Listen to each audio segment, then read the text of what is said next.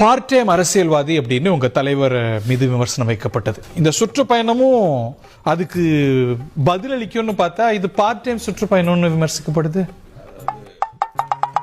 அதாவது வந்து இப்ப நான் என்ன உங்களை சொல்றது, எதையாச்சும் சொல்லியா? ஒன்றை மட்டும் புரிந்து கொள்ளுங்கள். 1972 77 வரையும் புரட்சி தலைவர் அவர்கள் வந்து புரட்சி பயணம் மேற்கொண்டார். இப்போ அவன் கேட்டதுக்கும் நீங்க சொன்னதுக்கும் என்ன சம்பந்தம்? சம்பந்தப்படுத்திக்கிட்டேன். அதுபோல புரட்சி தலைவர் 2.0 ஆகிய நம்ம புரட்சி தலைவர் 2.0 என்ன சொன்ன? புரட்சி தலைவர் 2.0 இவரா? ஆமாங்க. குச்சமே இல்ல. சொல்லுங்க, சரியா கேட்கல. புரட்சி தலைவர் 2.0 புரட்சி தலைவர் 2.0 சிரிக்காத சொன்னா எனக்கு அசிங்கமா இருக்கு. இப்ப சமீப காலமா ஒரு புது ஒரு 4 எழுத்து வார்த்தை ஒண்ணு வந்திருக்கேன், தற்குறி அப்படின்னு. என்ன தேர்றாங்க? இதான் இங்க இருக்க என்ன எதுக்காக அப்படி சொல்றாங்க? இது ஆர்வ கோளாறா? குண்டு பைப்ல எப்படி கோர்த்து விடுது பாரு. கொஞ்ச நாளாவே வந்து இந்த தற்குறி அப்படிங்கிற ஒரு வார்த்தை நிறைய கேள்விப்படுறோம். தற்குறினா என்னன்னு? ஒன்னும் தெரியாதவங்க பேரு தற்குறிம்பாங்க. ஒன்னும் தெரியாத மண்ணுக்கு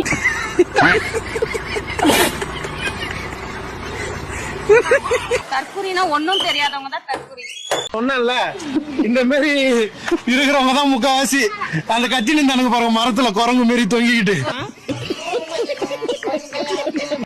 4 பேர் வந்து டீசெண்டா இருக்கும்போது ஒருத்த மட்டும் பேக் மாதிரி பேண்ட்டுக்கு சட்டை காம்பினேஷன் எல்லாம் போட்டுக்கிட்டு கண்ணாடி போட்டுட்டு வந்தா யாரா இவன் டேமேஜா இருக்கான்?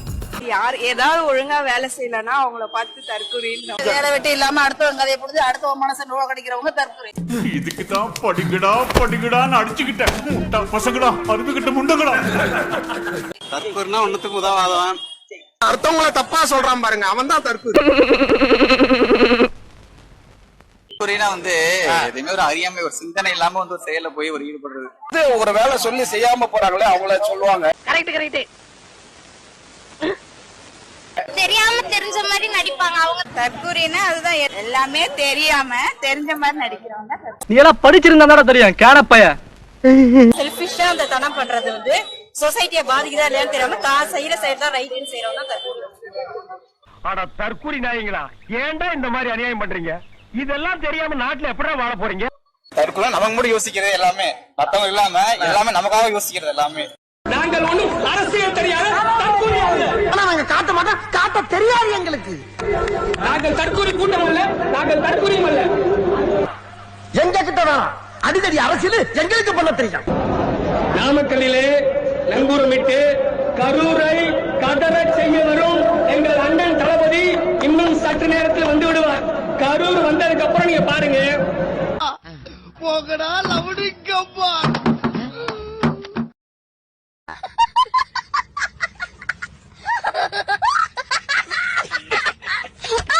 விஜய் ஃபேன்ஸ்லாம் தற்குறி ப்ரோ.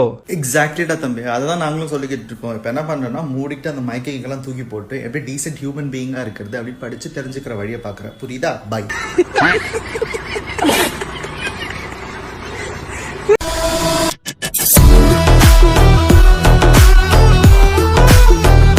விஜய் வந்து என்ன சொல்றாரு கேட்டீங்கன்னா, மன்னர் ஆட்சி நடக்குது, வாரிசு அரசியல் சொல்லி முழுமையாக விமர்சிச்சது திமுக தான். சஞ்சய் அரசியலுக்கு வர மாட்டார்ல, வந்தாலும் விஜய் கட்சியில சேர மாட்டார்ல. அந்த உத்தரவாதம் மட்டும் மக்களுக்கு. விஜயனுடைய மகன் அரசியலுக்கு வரக்கூடாது, வந்தாலும் விஜய் கட்சியில சேரக்கூடாது, அது மட்டும் சொல்லுங்க. இப்ப எதுக்கு அது வந்து சொல்லணும்? என்ன வந்துட்டாரா? என்ன கேக்குறேன், வந்துட்டாரா? வர மாட்டார்ல. போறாரா? இன்னைக்கு வரைக்கும் என்ன சொல்றீங்க அதை சொல்லுங்க சார். நடைமுறையை சொல்லுங்க, நடைமுறையை பத்தி பேசுங்க. ஏதோ பேசுறதுக்காக பேசிட்டு இருக்காத, நேரத்தை கடத்தாத, நல்ல விவரமா பேசு. அண்ணன் செந்தில் வேளாண் ஒரு டிவியில பேசுறத நான் பார்த்தேன். ஏன்னா வாரிசு விஜய் கூட்டணி வைக்க முடியாது, ஜி.கே. வாசன் வைக்க முடியாது, கழிச்சு அன்புமணி ராமதாஸ் வைக்க முடியாது. இன்னும் அவங்க எல்லாம் பேர வாரிசு வரல மேடம். நான் சொல்றேன், வாரிசு என்பது எது தொடர்ந்து போகுதுன்னு பாருங்க. ஜி.கே. வாசன் ஒன்னும் பேரத்து களத்துல வரல, அன்பு ராமதாஸோட பேரன் களத்துல வரல. ஓகே ஜெயக்குமாரோட ராமதாஸ் பேரன கட்சியில சேர்த்ததுதான் பெரிய பிரச்சனை. அது வந்து அக்கா புள்ள பேரங்க தொடர் போல வரல சார் ஜீன். அது வந்து அக்கா புள்ள பேரங்க தொடர் போல வரல சார் ஜீன். சொந்தமா என்ன சொன்னா? அதாவது எங்க அண்ணன் இருக்காருல்ல, எங்க அண்ணன் பொண்டாட்டி இருக்கு பாருங்க, அண்ணி. எங்க அண்ணியோட மாமனார் இருக்காரு பாருங்க, மாமனாருக்கு தங்கச்சி மகன் இருக்கான்ல, மகனோட பெரியப்பா மகனுக்கு ஒண்ணு விட்டு ஒண்ணு சித்தப்பா மகன். ஏன் சுப்பு அப்படி பாக்குறீங்க? எங்க முதல்ல சொல்லு. அது வந்து அக்கா புள்ள பேரங்க தொடர் போல வரல சார் ஜீன். அது வரலன்னு சொல்றேன். பையன் வழி பேரன் வந்தா பிரச்சனை இல்ல சார். நீங்க வந்து ஒண்ணுன்னா ஒரு புது விளக்கம் கிரியேட் பண்ணிட்டே போறீங்க சார். முதல்ல பேரன் வந்தா பிரச்சனை இல்லைங்க, அப்புறம் பொண்ணு வயது பேரன் வந்தா பிரச்சனை இல்ல, பையனோட இல்ல மேடம். நான் என்ன சொல்றேன், பேரனோட வாரிசு அரசியலே வந்து பாத்தீங்க எல்லாரும் செய்யறாங்க. வாரிசு அரசியலே வந்து பாத்தீங்க எல்லாரும் செய்யறாங்க. வாரிசு அரசியலே வந்து பாத்தீங்க எல்லாரும் செய்யறாங்க. இத நேரடியா முதல்லயே சொல்ல வேண்டியதாடா. ஆளை பைத்தியமாங்களான்னு பாக்குறியா? தாவேக்காவோட தேவை எல்லாருக்குமே இருக்கு. இது இன்னைக்கு கரூர் துயரத்துக்கு அப்புறம் மட்டும் கிடையாது. தாவேக்கா வந்து ஒரு வானில் மின்னும் நட்சத்திரம். இந்த நேரத்துல 15 நாளா நட்சத்திரம் ரொம்ப மறைஞ்சிருக்கே, என்ன காரணம்? இல்ல, அதுக்கு பதில் சொல்லிட்டோம். இது வந்து ஒரு பெரும் துயரம், அந்த கட்சியோட பர்சனல் லாஸ். அதுல இருந்து அவங்க மீள்றதுக்கு ஒரு டைம் எடுத்துக்கிறாங்க. ஒரு வருஷம் பிடிக்குமா?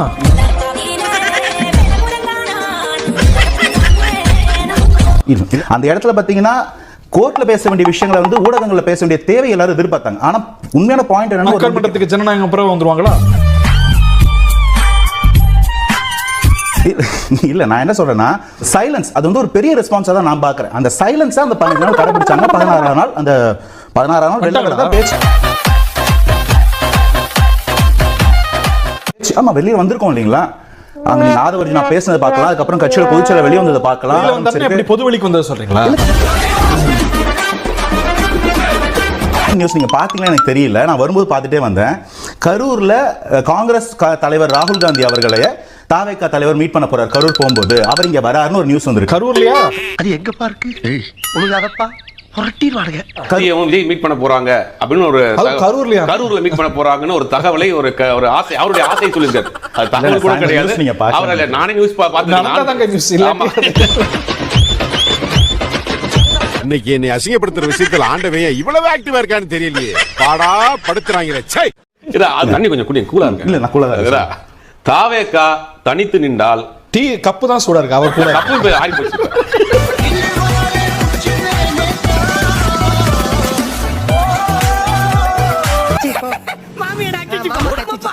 வேட்பாளர் தாவேகாக்கு அவங்க தலைவர் விஜய் சார் தான். காங்கிரஸ் விசிகா தாவேகா அதே மாதிரி ஒரு ஃபார்மட் தானே. காங்கிரஸ் தலைவர் ராகுல் காந்தி பேசி இருக்காரு. ராகுல் காந்தி பேசிருக்காரா?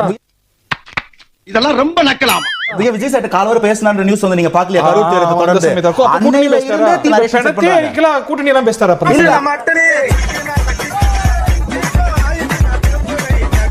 அது வந்து ஒரு தம்பிங் மெஜாரிட்டில அடிச்சிருவாங்கன்ற ஒரு கேள்வி தான். கரூருக்கு அப்புறமா இல்ல, நீங்க சொல்லுங்க, கரூர்ல எத்தனை மக்கள் தாவேகா குற்றம் சாட்டினாங்க? ஊரே ஒண்ணு சேர்ந்து காரி துப்புதுடா. நாளைக்கு இன்வெஸ்டிகேஷன் சிபிஐ சப்ஜுடிஸ்ல இருக்கு, சுப்ரீம் கோர்ட்டோடதுன்னா சோ இப்போ என்ன, சிபிஐ விசாரணை முடிவு வர வரைக்கும் போகல. இருந்த சாட்சிகளை மனம் மாற்றி விட்டார். அவருக்கு அவ்வளவு பெரிய கரிஷ்மா சொல்லுவாங்க. அதனால சுப்ரீம் கோர்ட்ல அப்ளை பண்ணிருக்கு. அது வரும்போது அவர் போவார். புது சாக்கோ இல்ல, இது உண்மை. நான் அப்ளை பண்ணி லெட்டரை கூட உங்களுக்கு நான் சொல்றேன். தவறா சொல்றேன். காசி போ, காசு இல்லாம கஞ்சா சேத வளர்றாம்பா. வாணி இப்ப சுப்ரீம் கோர்ட் தான் அந்த எஸ்ஐடி ஃபார்ம் இருக்காங்க. சிபிஐ தலைமையிலான அந்த எஸ்ஐடி ஃபார்ம் பண்ணது சுப்ரீம் கோர்ட். அங்க பெர்மிஷன் வாங்கிட்டு வரணும். இதுதான் இன்னைக்கு பிரச்சாரத்துக்கு போகும்போது தலைவர் திமிங்கலம் தானங்க துயரம் நடந்த குடும்பங்களுக்கு போய் ஒரு ஆறுதல் சொல்வதற்கு தமிழக வெற்றி கழகத்தின் தலைவருக்கோ அல்லது அதனுடைய நிர்வாகிகளுக்கோ யார் தடை விதித்தது? இதுவரைக்கும் தடை அதிகாரப்பூர்வமா ஒரு தடை சொல்லுங்க. நோய் என்ன நீ பைத்தியக்காரனவே நினைச்சிருக்கறல நீ?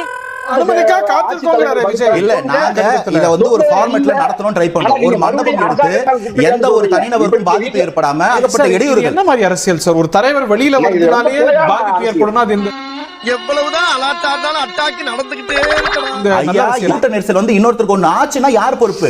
இன்னொரு வாட்டி தாவேகா அந்த மாதிரி லூப் கொடுக்கறாருன்னு வச்சுக்கோங்க. சட்டமன்றத்துக்கு போனா ஒரு லட்சம் பேர் வருவாங்க அப்படினா போகாம இருப்பாரா?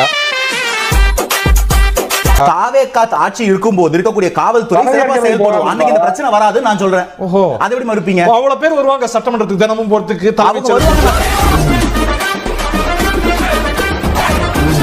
காவல்துறை அதுக்கான முன்னேற்பாடுகள் செய்யும். இது யாருக்கு எந்த பாதிப்பு ஏற்படாம பாத்துக்கோ.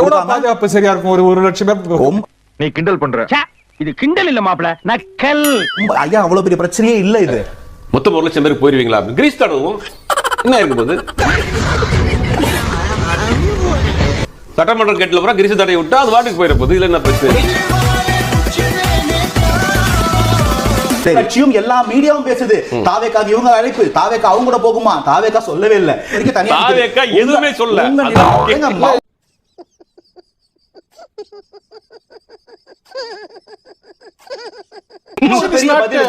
எல்லாருக்கும் பதில் சொல்ல அவசியம் கிடையாது. உலகத்தின் சிறந்த செயல், சிறந்த சொல் செயல். அவங்க செயல்படுறது நான் போய் சொல்றேன். தாவேக்கா செயல்பட்டிருக்கா? இல்லையா, இப்ப தாவேக்கா மரணப்படுக்கையில் இருக்கு, ஐசியூல இருக்கு, தலைமறைவா இருக்கு. என்ன கலாய்க்குது உனக்கு பொழப்பா போச்சு. அந்த இன்னொரு பக்கம் மரணப்படுக்கை, எப்பா ஒண்ணு குழந்தையாரு இல்ல படுத்துக்கோ, எலெக்ஷனுக்கு மட்டும் எங்களுக்கு வந்து டஃப் கொடுத்துறாத. குழந்தைகள் எல்லாம் மரணப்படுக்கைக்கு போச்சு பார்த்தோம்.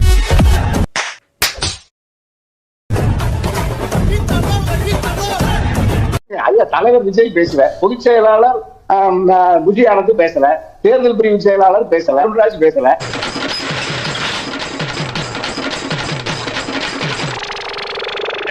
நீதிமன்றத்துல போய் வழக்காடுவதற்கு கூட உங்க கட்சியில வழக்கறிஞர் இல்ல. நீதிமன்றத்துல போய் வழக்காடுவதற்கோ அல்லது நிவாரணம் பெறுவதற்கு மனு போடுறதுக்கே உங்களுக்கு ஆட்கள் இல்ல. காட்சி கிளியனா இருப்பதுதான் தலைவர். அது வந்து திருவள்ளுவர் அந்த காலத்திலே சொல்லியிருக்கார். காட்சி கிளியனா வெளிவரா உடனே சந்திக்கணும். யார் வேணாலும் சந்திக்கிற இடத்துல அவைலபிளா இருக்கணும்ல. உங்க விஜய் யார் சந்திக்க முடியும்? ஒரு ஆளையும் நான் அழுகுறான். ஏய் அழுவலடா. அது அழுவலையா? கண்ணீர் ஒழி பேண்ட்டுக்குள்ள போயினுக்குது, அழுவலன்ற. தலைவரோட வேலை என்ன? இங்க உட்கார்ந்து பேச்சு போட்டியில பேசுறதா இல்ல மக்களை வந்து அப்படியே தனியா ரோட்ல நடந்து வாக்கிங் போயிட்டு போகாதா? இத்தனை ஆட்சி எனக்கே சிரிப்பா இருக்கு. சார் அவர் அட்ரஸ் ரீகோட் பண்றது என் வேலை இல்ல சார். நான் அரசியல் அட்ரஸ் கேட்கல. நான் என்ன ஆக்டிவா இருக்கிறேன். கடையில பல்ப் எல்லாம் கொஞ்சம் ஆஃப் பண்ணுங்கப்பா. ஏண்டா இவ்வளவு பெரிய பல்ப் நீரி சொல்றேன். முதல்ல நான் பேச வந்து அரசியல் பேசுறேன். இங்க மக்களுக்கான மாறுதல், இங்க ஒரு பிரச்சனை இருக்கு இல்லீங்களா? நீங்க வந்து ஒரு ஈபி ஒரு மாசத்துக்கு ஒரு வாட்டி ஈபி ரீடிங் எடுப்பேன்னு சொல்லி இன்னைக்கு வரைக்கும் எடுக்காம எத்தனை கடன் தள்ளுபடின்னு சொல்லி